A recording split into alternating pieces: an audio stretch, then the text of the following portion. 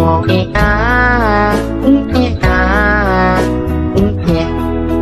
been a really, really messed up week.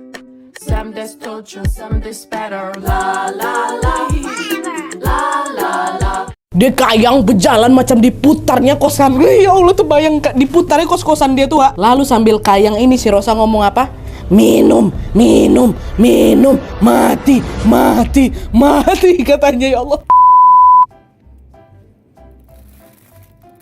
Hai, wassalamualaikum warahmatullahi wabarakatuh. Terima kasih sudah klik video ini. Oke, jadi di malam minggu malam minggu pula. Malam apa ini? Siapa yang kita minta bantuan kalau kita tidak tahu harus? Malam Jumat.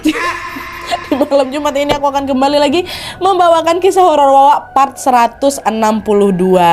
Kalau sebelum-sebelumnya aku pernah menceritakan pengalaman mistis yang dialami oleh make up artis bersaudara nih. Malam ini aku akan menceritakan kisah horor yang dialami oleh Wawa, aku dan juga seorang temannya pada saat ngekos di sebuah kos-kosan yang berada tidak jauh dari tempat magangnya mereka. Gangguan yang mereka alami ini bervariasi kali, Wak. Mulai dari gangguan kecil sampai gangguan besar, semuanya ada di sini. Dan usut punya usut, setelah dicari tahu gangguan ini tuh ternyata ada hubungannya dengan sesuatu yang dilakukan oleh ibu kosnya mereka selama ini. Nah, penasaran dengan apa sesuatu yang dimaksud itu?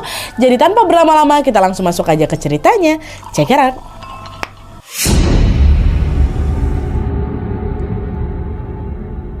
Oke, jadi kisah malam ini dikirim sama Wak aku yang bernama Dela dari Kalimantan Timur. Halo Dela. Nah, jadi Wak, pengalaman horor yang dialami Dela ini terjadi pada tahun 2019 lalu pada saat Dela menjalani tugas magang dari sekolahnya. Jadi ceritanya, Wak, pada saat kejadian ini Dela masih duduk di kelas 2 SMK. Sekolahnya mengadakan sebuah program magang selama kurang lebih 6 bulan sebagai salah satu syarat kelulusan nih. Pada saat itu pihak sekolah membagi siswa-siswinya menjadi beberapa kelompok, di mana satu kelompok ini terdiri dari 2 orang aja untuk menjalani magang di tempat yang sama. Nah, pada saat itu Dela dipasangkanlah ini dengan salah satu temannya yang bernama Rosa, perempuan juga. Dan saat itu mereka berdua ini ditugaskan untuk menjalani magang di sebuah studio foto yang terletak di salah satu kota di Kalimantan Timur. By the way, kota tempat magang mereka ini beda lokasi, Wak, dengan sekolah asal dan juga daerah asalnya si Dela. Setelah mengetahui bahwa mereka ini berdua satu kelompok, Wak, Dela pun segera langsung mengajak Rosa untuk pergi ke kota tersebut. Ayolah kita cari kos-kosan jauh nih dari tempat rumah kita, ya kan? Nggak mungkin bolak-balik. Carilah kos-kosan di sana yang memang tidak jauh dari lokasi magangnya. Ayolah, Wak, gitu. Tapi entah kenapa, Wak, mereka jadi ngerasa susah kali nyari kosan di sana, Nat. Ada kali sampai 6 kos-kosan kami datangi di sekitar tempat magang tuh penuh semuanya. Mereka terus lah ini kan berkeliling sampailah akhirnya mereka menemukan sebuah kos-kosan yang terletak di sebuah gang kecil. Tapi gang kecil tuh nggak begitu jauh dari tempat magang kami, Nadia. Masuklah kami dalam gang itu kan. Nah, pada saat melihat kos-kosan itu Dela bertanya, Wak, apa Ros? Kayaknya kosan ini boleh lah, Wak. Lokasinya agak terpencil memang, tapi banyak orang jual-jual makanan di luar tadi ku tengok. Ya, Wak, ya. Yuk kita tanyain aja, siapa tahu masih ada kamar kosong nih, kata si Rosa. Nah, dah tuh pada saat itu juga mereka pun langsung menemui ibu pemilik kos yang kita sebut aja namanya Bu Jum. Dan kebetulan, Wak, rumah Bu Jum atau si pemilik kos ini berada di samping bangunan kos-kosannya si Wawa, Wak. Dan si Bu Jum ini juga punya warung kelontong gitulah di rumahnya. Nah, pada saat pertama kali bertemu nih, Bu Jum pun langsung menyambut mereka berdua dengan sangat ramah. Tapi Nat, di balik keramahannya itu entah kenapa Bu Jum nih nge-screening kami beda kali. Dia ngeliatin kami dari ujung kepala sampai ujung kaki. Kayak itu ramah sih ramah, tapi ditengok kayak gitu kan agak nggak nyaman gitu. Dia memberikan tatapan menyelidik gitu loh, Wak. Ngapa ibu nih? Ya kan beberapa orang ada yang nggak nyaman kan, Wak, gitu kan. Sama lah kayak Dela sama Rosa. Biasa aja dong kayak gitu. Tapi meskipun curiga, Dela pun menepis pikiran buruknya dan menganggap bahwa hal itu terjadi karena ya ibu ini kan baru pertama kali nengok kami gitu kan. Tak mungkin kami terlalu cantik atau gimana lah gitu. Nah, Dela pun langsung memfokuskan dirinya untuk bertanya seputar kamar kos yang akan ibu ini sewakan. Pada saat itu Bu Jum bilang kalau di kos-kosan saya ini cuman ada satu kamar yang kosong, Mbak. Itu loh di kamar nomor 3 lantai atas, kata Bu Jum. Dengar itu senanglah mereka. Tapi gegara cuman ada satu kamar kosong, otomatis Dela sama Rosa ini kan harus tinggal berdua di satu kamar yang sama kan, Wak. Dan untuk memastikan kamarnya cukup untuk mereka berdua, si Dela nanya, Bu, boleh satu kamar berdua, Bu? Boleh. Oh, kalau kayak gitu kami boleh lihat dulu nggak kamarnya, kata Dela. Kan boleh, ayo silakan, kata Bu Jum. Diantarlah ini sama Bu Jum kan. Dela mereka bertiga ke lantai atas. Dan setelah kamar nomor 3 itu dibuka, Nadia, Hawa kamar tuh bukan main, pengap kali, suram kali kayak dalam tuh. Tapi walaupun hawanya nggak enak Nat, ya agak senang dikit lah kami karena ternyata kamar itu semi furnish Wak. Ada kasurnya, ada lemarinya sehingga mereka tidak perlu lagi membawa perabot-perabotan lagi kan. Boleh juga sih, tapi macam mana ya hawanya kayak gini, sikut-sikutan lah dia sama si Rosa kan. Wak, macam mana Wak, gak enak kali suasana tapi udah ada perabotan gini. Iya Wak, udah dekat pula ini dari kosan, malas lagi aku cari kos-kosan, gak apa-apa lah 6 bulan doang kok kita di sini gitu kan. Nah setelah menimbang-nimbang, mereka pun akhirnya sepakat untuk menyewa kos-kosan tersebut dan langsung tinggal di sana hari itu juga. Memang kebetulan waktu itu barang bawaan kami nggak banyak, nah, makanya kami bisa langsung tempati kamar itu malam itu juga.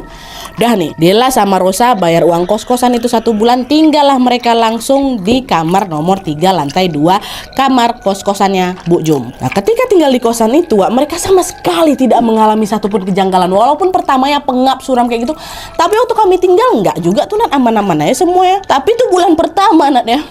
Pas memasuki bulan kedua, mulai lawak di situ terjadi gangguan-gangguan kecil yang secara perlahan-lahan menghantui mereka berdua. Nah jadi ceritanya nih Wak ya, pada suatu malam Della ini dikejutkan dengan suara perempuan yang menangis yang berasal dari luar jendela, lebih tepatnya dari arah gentengnya rumah Bu Jum. Kalian bayangin posisinya kayak gini, bangunan kosan mereka kan 2 lantai nih, mereka ada di lantai 2, rumahnya Bu Jum kan di depan tapi lantai 1 aja. Nah jendela kamar mereka kan di sini nih Wak, jadi mereka bisa ngeliat gentengnya rumah Bu Jum yang ada di bawah nih. Terbayang sama kalian kan? Nah pada malam itu si Della ini dengar ada suara orang nangis dari arah jendela. Nanyalah Della sama Rosa, Wak, kok dengar tuh ada suara perempuan nangis katanya. Iya Wak, aku dengar, kata Rosa. Alah, kenapa ya Wak, siapa tuh? Aku takut katanya. Mendengar itu Rosa pun berusaha menenangkan. Nggak usah mikir macam-macam kau, mungkin anak-anak yang ngekos di bawah kali. Nah nggak lama setelah Rosa ngomong kayak gitu Wak, suara tangisan tadi diam nih, berhenti dia. Nah pas saja suara tangisan itu menghilang Wak, sekarang giliran Rosa pula yang dikejutkan dengan sebuah suara berisik yang terdengar seperti seseorang sedang menginjak seng. Krek, krek. Seng mana? Seng gentengnya rumah Bu Jum. Terdengar si Rosa. Balik Rosa yang lagi nanya ke si Della. Del, kok dengar itu Del? Suara apa itu Del? Iya Wak, aku dengar. Itu suara kucing lagi lari-lari atas genteng tuh. Nggak mungkin kalau kucing suaranya kayak gitu ngendap-ngendap Wak. Kucing bukannya dia berlari, pun kalau dia ngendap kan dia harusnya nggak sekencang ini suaranya. Kucing kan nggak begitu berat Wak. Paling kayak cuma suara ngegaru, ini tuh ngek gitu loh Wak. Nah pada saat itu Rosa ini langsung curiga bahwa ada maling nih yang sedang berusaha untuk masuk ke rumahnya Bu Jum melalui genteng rumahnya. Malam-malam ada orang naik genteng, apalagi kalau bukan buat maling kan Wak. Maling tuh Wak, kata si Rosa kan. Nah untuk membuktikan kecurigaannya, Rosa pun langsung beranjak dari duduknya dan langsung mengambil sebuah senter dari balik jendela kamarnya Rosa Wak. Rosa pun mengarahkanlah senternya ke arah gentengnya rumah Bu Jum.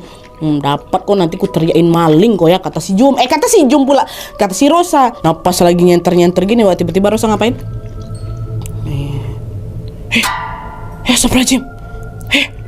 Langsung ditutup tirainya kan. Apa tuh? Panik si Rosa Wak. Nah Della yang melihat perubahan temen ini langsung nanya lah kan, Ros kenapa kau? Kok tiba-tiba panik? Kenapa ada maling betulan? Enggak ada apa-apa. Kenapa? Jangan bohong kok ya. Del, tadi kan Del, waktu aku nyenter gentengnya rumah Bu Jum tuh aku nengok ini Wak, benda gitu mirip kepala manusia Wak, tapi gosong, kata si Rosa. Hah? Serius kau? Kayaknya iya Del, tapi bisa jadi aku salah tengok juga. Soalnya aku kan baru kali ini nyenter gentengnya rumah Bu Jum kan. Siapa tahu itu aku salah tengok aja. Sebenarnya apa aku tengoknya macam gitu. Udahlah, nggak usah lagi dipikirkan salah tengok tuh, salah tengok tuh, udah tidur kita, kata si Rosa. Rosa berusaha tetap positive thinking di situ kan. Wah, mungkin aku salah tengok aja, gara-gara aku belum pernah nyenter gentengnya rumah ibu itu. Karena malam jadi bawaannya kayak gitulah bentuknya gitu kan. Nah, meskipun dilanda rasa takut yang luar biasa, Rosa berusaha untuk melupakan kejadian itu dan memutuskan untuk tidur balik mereka berdua. Dah, tidurlah, ya kan? Nah, singkat cerita, sejak kejadian malam itu, mereka menjadi lebih sering lagi mendengar suara-suara aneh. Mulai dari suara benda jatuh ke lantai Nadia, suara pintu kamar kami terbuka, tertutup, tapi suaranya aja. Bahkan kami juga sering sekali mendengar suara perempuan yang menangis di atas genteng. Itu udah sering dah. Meskipun takut, mereka ini sepakat untuk mengabaikan hal itu, karena menurut mereka semua gangguan itu ya masih bisa ditolerin lah, masih agak wajar lah, Dela, masih gangguan-gangguan kecil lah ya, namanya juga kos-kosan kan, pasti ada penunggunya. Selama mereka nggak nyakiti kami secara fisik ya udahlah, nggak apa-apa pikir mereka kayak gitu. Bisa kalian berdua kayak gitu, aku kabur langsung, betul aja. Nah tapi ternyata dugaan kami salah besar, karena gangguan itu secara perlahan-lahan mulai naik tingkat Wak, dan menjadi gangguan yang lebih ekstrim lagi, ya Allah. Jadi ini ceritanya, pada suatu hari sepulang magang, Dela merasa nggak enak badan ini Wak, sehingga dia pun memutuskan untuk beristirahat. Nah di tengah-tengah tidurnya, udah malam nih ya, di tengah-tengah tidurnya Dela mendadak kebangun gegara haus. Rosa waktu dia bangun udah tidur juga. Nah dia pun beranjak dari tempat tidurnya dan mengambil segelas air dari galon yang memang terletak di salah satu sudut kamar kosan mereka. Nah, waktu aku lagi minum tuh karena set gitu, Dela tiba-tiba mendengar ada suara perempuan nangis lagi nih. Ada suara tuh lagi nah, tapi seperti yang sudah aku bilang tadi, mereka kan sudah biasa dengar suara itu kan Wak. Jadi Dela masih santai ya dengar suara tuh. Udahlah, nangis lah kau, set minum lagi.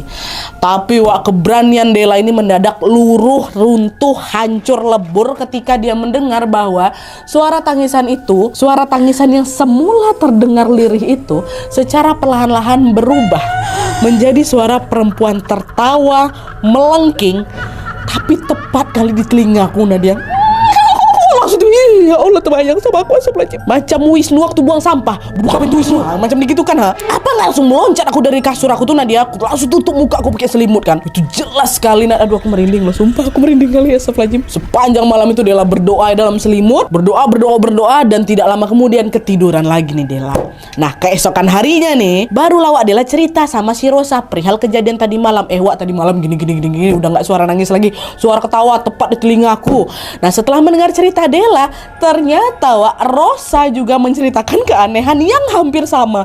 Rosa juga mengalaminya, tapi beda versi Wak. Ini lebih ekstrim lagi si Rosa tuh kalian. Pada malam itu Rosa bilang, aku kebangun Wak, kebelet pipis. Waktu itu Rosa sempat Wak bangunin Dela buat nemenin ke belakang, tapi dia nggak bangun-bangun. Bukan ke belakang sih, soalnya kamar mandi dia tuh di luar kamar. Dan gegara nggak bangun, si Rosa ini pun bergegas lah ke kamar mandi yang ada di luar kamar mereka. Nah tapi Wak, pas si Rosa ini baru masuk ke kamar mereka, kalian tahu, Rosa tiba-tiba melihat ada bayangan seperti kepala buntung yang gosong lagi ngintip di samping lemari kamar mereka Wak.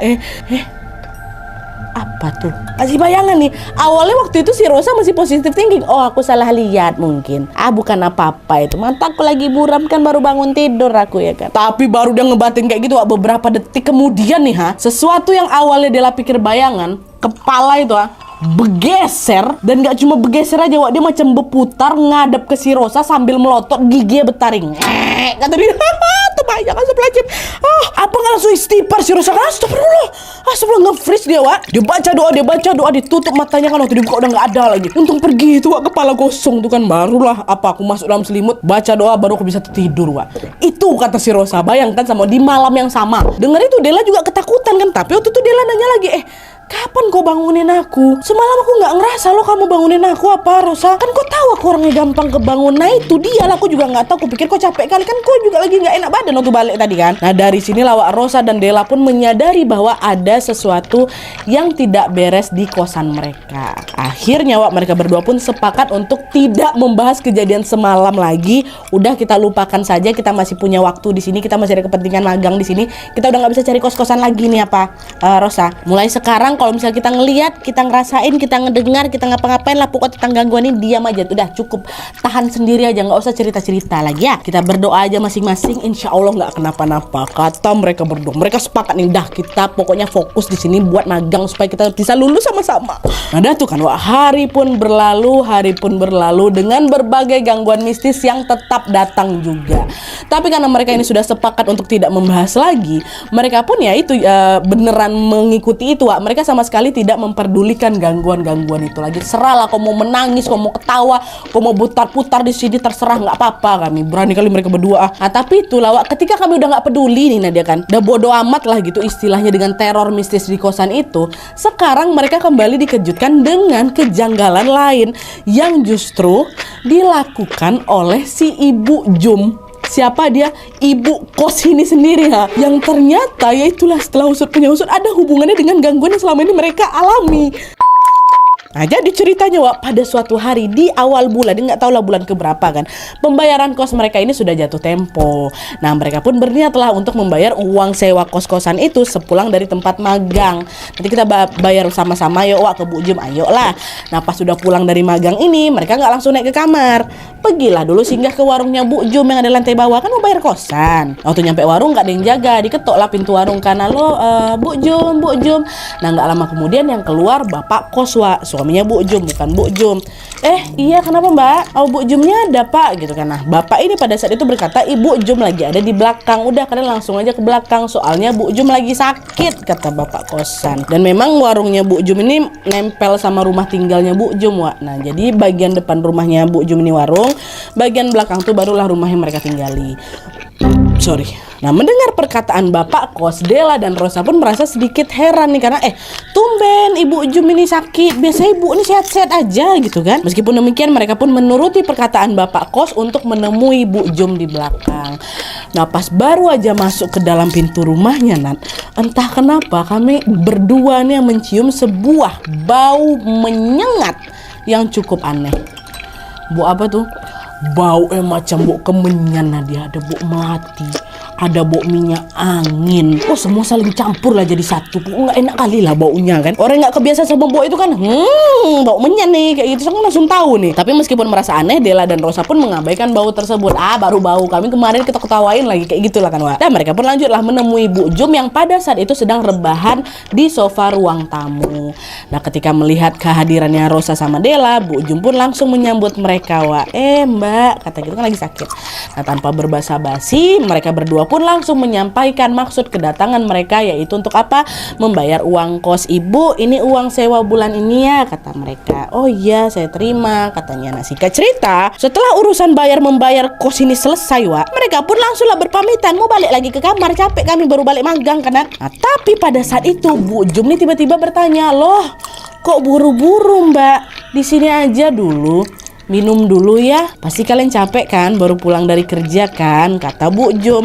Nah, dengar itu mereka berdua pun dengan sopan menolak. Makasih Bu, nggak usah repot-repot, kami langsung balik aja, mau istirahat sekalian mandi udah gerah. Nah, harusnya kan oh iya udah sana istirahat lah gitu. Ini enggak Wak, tanpa disangka-sangka Bu Jum ini malah memaksa mereka untuk tetap tinggal di sana. Dengan suara tegas Bu Jum bilang, udahlah Mbak, minum dulu di sini, kata dia gitu. Nah, mendengar Bu Jum yang seolah memaksa ini ya, mereka berdua jadi sungkan lah kan buat menolak lagi. Oh ya udah Bu, nggak apa-apa, maaf ya Bu ya kalau misalnya ngerepotin, kata mereka. Udah nggak apa-apa. Nah, nggak lama kemudian Bu Jum pun langsung neriain cucunya Wak. Memang cucunya tinggal di situ juga, umur sekitar 10 tahunan gitulah. Dia minta tolong ambilkan minum. Nah, dia bilang, Dek, ambilkan tolong air nenek itu buat kakak-kakak ini, kata si nenek, kata si Bu Jum nih kan. Ya Nek, tunggu bentar ya, kata cucunya. Nah, di sini Wak, mereka nengok anak kecil ini mau pergi ngambilin minum gitu kan, keluarlah gitu dari ruang tamu. Di sini Della sama Rosa mikir kalau cucunya Bu Jum ini akan menyuguhkan kami macam minuman kemasan karena dia, atau memang air yang memang ada di warung. Secara kan mereka punya warung kan Wak. Tapi ternyata bukan minuman dari warung Wak, bukan minuman kemasan yang mau dikasih sama mereka berdua. Si adek ini mau ngambil minuman dari dapur, soalnya adek ini ke arah dapur bukan ke arah warung ya kan. Ya kalau misalnya mau warung bayar lah kau, mungkin dalam hati mereka kayak gitu. Nah, masuklah adek ini kan. Terus gak lama kemudian si adek ini teriak lagi, Nek, gak ada airnya, aku gak nemu air nenek di dapur, katanya. Dengar itu Bu Jum kembali teriak lagi, ada kok, tengok baik-baik, coba kamu cari itu di bawah tempat jemuran, airnya ada di situ, kata Bu Jum. Di bawah tempat jemuran Wak. Dengar ucapan Bu Jum tuh Della sama Rosa langsung tatap-tatapan kan. Air jemuran yang mau dikasih ke kita tuh ya janggal Wak, karena secara logika mana ada orang nyimpen atau naruh air ini buat dikonsumsi di bawah tempat jemur pakaian. Adakah gitu? Nah, karena nggak mau kenapa-napa, akhirnya Della ngomong di situ, Bu, kami pamit aja lah Bu, udah nggak usah repot-repot Bu. Karena si Della mikir itu airnya nggak dapat nih ya kan. Udah kami minum di kamar nanti aja lah Bu, sekalian mau balik juga, kata Della. Nah, di sini lebih aneh lagi nih Wak. Setelah mendengar penolakan mereka, Bu Jum ini justru dengan susah payah berusaha bangun dari tidurnya untuk mencari air itu sendiri. Padahal dia lagi sakit kan. Bentar dulu Mbak, bentar, tunggu sini dulu ya, kata dia kayak gitu. Bangun Bu Jum tuh, nah dia buat ngambil air tuh buat kami dia padahal saya masih sakit. Nah, ditunggu nggak lama kemudian Bu Jum balik lagi nih. Dia membawa 2 buah botol air mineral kemasan ya. Botol air mineral kemasan dikasihlah ke Della sama si Rosa. Dah, diambil sama mereka berdua, diminum sampai habis ya Mbak, katanya. Oh iya Bu, makasih Bu. Meskipun agak sedikit curiga, mereka berdua ini kan mereka cuma mengiyakan permintaan tersebut. Della sama si Rosa ini sama-sama memiliki pikirannya sama, udahlah ambil aja biar cepat balik gitu nih. Gitu. Nah setelah diambil, mereka pun langsung berpamitan dan kembali ke kamarnya. Masih Bu air tuh. Nah pas mereka sudah sampai di tangga kos-kosan nih Wak, menuju ke kamar, Della mengamati botol minuman tuh Nat, macam botol yang tutupnya udah dibuka. Bukan botol air mineral yang masih dalam kondisi tersegel, enggak. Botol yang memang sudah dipakai sebelumnya. Ya nggak apa-apa sih sebenarnya gitu kan. Siapa tahu juga minuman itu dituang ke gelas gitu. Jadi kan nggak tercemar lah gitu, nggak sampai menyucut gitu. Tapi yang aneh di sini Nat, air yang ada dalam botol itu ternyata dalam kondisi yang keruh.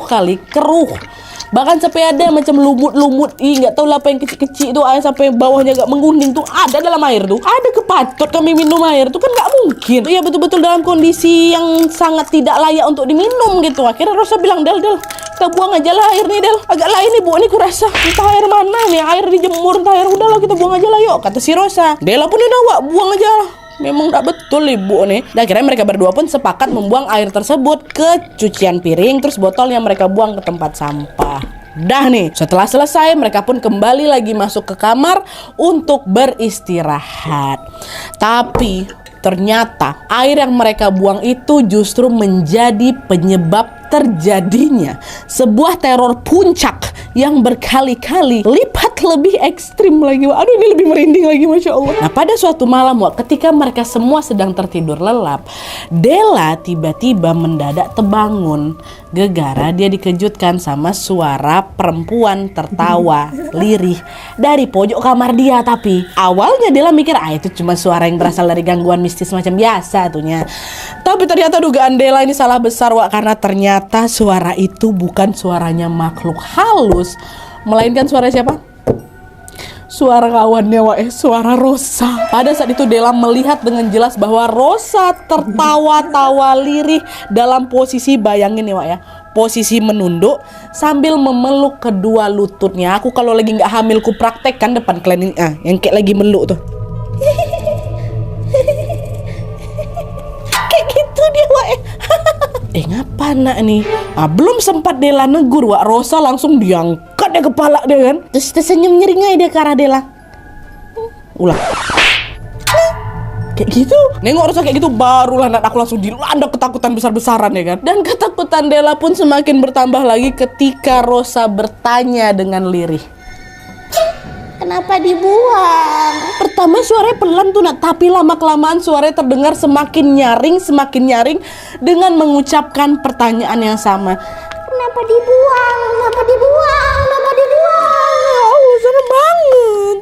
Tapi serem sih ini sumpah. Ya Allah. Dah dia ngomong kayak gitu Wak, Rosa langsung berdiri nih, melotot dia ke arah si Della. Della sempat nahan, Ros, kok nggak apa-apa kan? Ros, ngucap. Dan setelah Della bertanya demikian, kalian tahu Wak, Rosa tiba-tiba kayang dia Wak. Dia kayang berjalan macam diputarnya kosan. Ya Allah tuh bayang diputarnya kos-kosan dia tuh Wak. Lalu sambil kayang ini si Rosa ngomong apa? Minum, mati katanya. Ya Allah, suara tersebut diucap berulang-ulang sehingga terdengar sangat menusuk kali di telingaku Nat. Belum sempat aku bereaksi apapun, Rosa yang tadinya kayang ini ya tiba-tiba berhenti. Dia tepat di depan muka aku sambil kayang dari Nat ya, dikejarnya muka aku kan. Jadi terbalik memang muka yang kalian bisa bayangin kan. Dan sesaat kemudian Rosa berteriak kencang sambil mengucapkan satu kalimat, mati.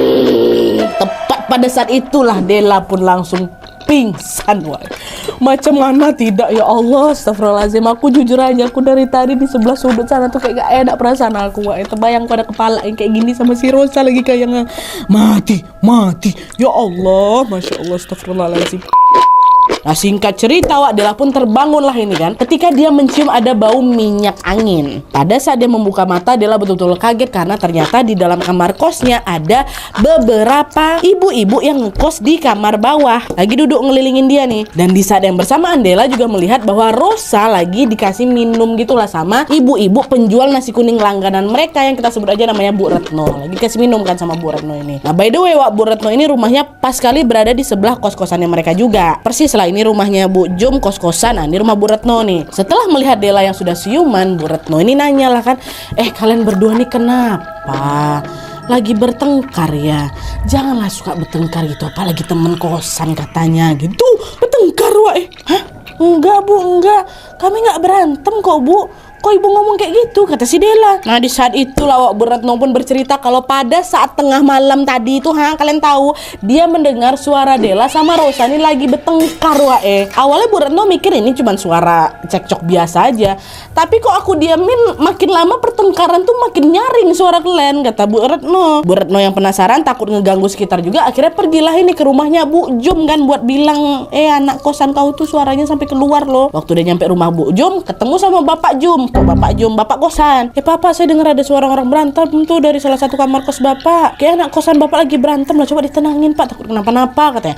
Mendengar laporan Bu Retno, si bapak kos ini bilang, ibu aja lah yang ngecek. Saya nggak bisa kesana soalnya saya harus nungguin istri saya, lagi sakit dia nih. Kata bapak kos, Bu Jum masih sakit nih Wak. Nah itu akhirnya setelah dapat izin dari bapak kos, Bu Retno pun langsung lah itu naik ke kamar siapa ini kan, kamar Rosa sama si Dela. Nah pas Bu Retno buka pintu Wak, disitulah Bu Retno nengok si Dela sama Rosa dua-duanya udah pingsan. Bukan berantem, udah pingsan berdua tuh di situ. Udah langsung lah Bu Retno meminta bantuan penghuni kosan lainnya untuk datang ke kamar mereka. Kayak gitu ceritanya, Dok, kata Bu Retno. Nah, setelah mendengar penjelasan Bu Retno, barulah di situ Dela menceritakan juga semua kejanggalan yang dia alami selama ngekos di sana. Mulai dari teror suara-suara aneh, teror kepala buntung hangus, sampai dengan kejanggalan perilaku Ibu Jum, ibu kosnya mereka. Nah, dengar cerita mereka berdua Wak, disitulah Bu Retno balik lagi bilang, Mbak, saya mau ngasih tahu sesuatu, tapi terserah Mbak ya, Mbak mau percaya atau enggak. Nah, Dela yang penasaran balik nanya lagi, kasih tahu apa Bu? Cepatlah kasih tahu. Nah, disitulah Wak, Bu Retno akhirnya cerita bahwa, nah ini nih, bahwa ternyata kamar nomor 3 yang mereka tempati itu sudah kosong selama 5 tahun lamanya. Dulu ada seorang wanita yang ngekos di kamar itu, tapi dia meninggal. Meninggalnya gegara sakit. Meninggalnya pun gak di kamar kosan itu Wak, meninggalnya di desa. Tapi sakit yang dia derita itu bermula ketika dia ngekos di kosan Bu Jum. Dan menurut rumor yang beredar, wanita itu meninggal karena dijadikan tumbal oleh ibu kos, yaitu Ibu Jum. Kenapa Bu Retno bisa bilang kayak gitu? Karena jauh sebelum wanita itu ngekos di sana Wak, Bu Jum ini sering mengalami sakit yang cukup serius. Tapi kalian tahu setelah wanita yang ngekos di kamar nomor 3 itu meninggal dunia, Bu Jum secara tiba-tiba langsung sehat bugar, seolah-olah tidak mengalami sakit apapun. Nah jadilah rumor tersebar dekat desa, dekat gang kecil itu. Dan ternyata Wak, rumor tentang Bu Jum yang menjalani pesugihan itu memang sudah menjadi rahasia umum yang diketahui oleh warga kampung itu Wak, kata Bu Retno. Mereka berdua aja nggak tahu. Dan selain itu juga Wak, Bu Retno ini juga mengatakan kalau ada kemungkinan semua gangguan mistis yang kalian alami, yang menimpa Dela sama Rosa ini, itu adalah ulah dari mantan penghuni kos korban tumbal yang meninggal secara tidak wajar di sini. Itu yang ada di kamar kos. Sedangkan teror di mana Rosa mendadak kayang tadi itu kemungkinan ada hubungannya dengan pesugihan yang dilakukan sama Bu Jum. Karena apa? Mereka kan buang air ruh tadi itu kan, air pemberian Bu Jum tadi itu kan. Maka dia bilang minum. Kenapa dibuang? Minum, mati katanya. Itulah dia. Tapi itu kata Bu Retno ya. Nah, setelah mendengar penjelasan Bu Retno tanpa pikir panjang, nah dia aku sama Rosa langsung kemas barang-barang aku pagi itu juga. Biarlah kami nggak tahu mau tinggal di mana, yang penting keluar aja dulu dari tempat nih ya kan. Udah nggak mau lagi kami ambil resiko diganggu sama sosok arwah penasaran tadi, sekaligus juga kami nggak mau jadi calon korban Ibu Jum selanjutnya. Mana dia lagi sakit lagi. Nah hari itu juga mereka pun langsung pindah ke sebuah kos-kosan yang langsung dicarikan sama Bu Retno juga. Dan alhamdulillahnya kosan baru mereka berdua ini ya bagus lah gitu, dan mereka tidak pernah lagi mengalami gangguan mistis sama sekali. Dan waktu itu mereka cabut aja nggak ada pamit Wak. Kan mereka udah bayar juga, bela rugi lah kami. Untung selamat kan, masya Allah, astagfirullahaladzim. Oke Wak, jadi itu tadi cerita pengalaman Dela dan Rosa ngekos di sebuah kos-kosan yang diduga pemiliknya melakukan ritual pesugihan. Kalian merindingnya beda gak sih kisah ini Wak? Bukan hanya karena penampakan hantu kepala buntung tuh loh, tapi juga karena aku tuh ngebayangin ya ada di posisinya Dela sama si Rosa. Macam mana nih Wak? Kalian bayangin lah, kalian punya roommate, biasanya nonton drakor bareng, cerita bareng, ngapa-ngapa bareng, kan tiba-tiba dia kayang depan kalian berteriak mati kayak gitu dengan muka kayak gitu lagi Wak. Astagfirullahaladzim. Tapi alhamdulillah mereka masih bisa selamat buat Wak ya. Dan by the way kata Dela, semenjak mereka pindah ya ini dari rumah kosannya Bu Jum ini, kabarnya ibu kos ini jadi makin parah sakitnya. Dan kemungkinan hal itu terjadi karena dia macam gagal gitulah menumbalkan Rosa dan Dela. Dan habis itu kami nggak mau lagi cari-cari informasi tentang dia, biarlah sana. Mereka pun udah balik ke tempat asalnya, udah selesai magang ya kok, alhamdulillah. Oke, Dela, Rosa, terima kasih banyak ceritanya. Salam buat Bu Retno. Dan buat kalian yang juga pengen berbagi pengalaman horornya, jangan lupa kirim cerita kalian serapi mungkin seapadanya aja ke email di bawah ini, sertakan juga nomor WhatsApp sama Instagram kalian supaya nanti kami gampang hubungin kalian kalau misalnya kisah kalian di-update video selanjutnya. Oke, Wak, jadi sekian dulu videonya. Terima kasih banyak yang sudah menonton. Kalau kalian suka video ini, klik like-nya. Jangan lupa komen di bawah untuk ide dan saran-saran untuk video selanjutnya. Jangan lupa nyalain notifikasinya supaya kalian tahu kalau aku upload video baru. And as always, jangan lupa untuk klik tombol subscribe supaya kalian sama-sama tahu informasi menarik dan menegangkan dari channel aku. See you next video, Wak. Bye.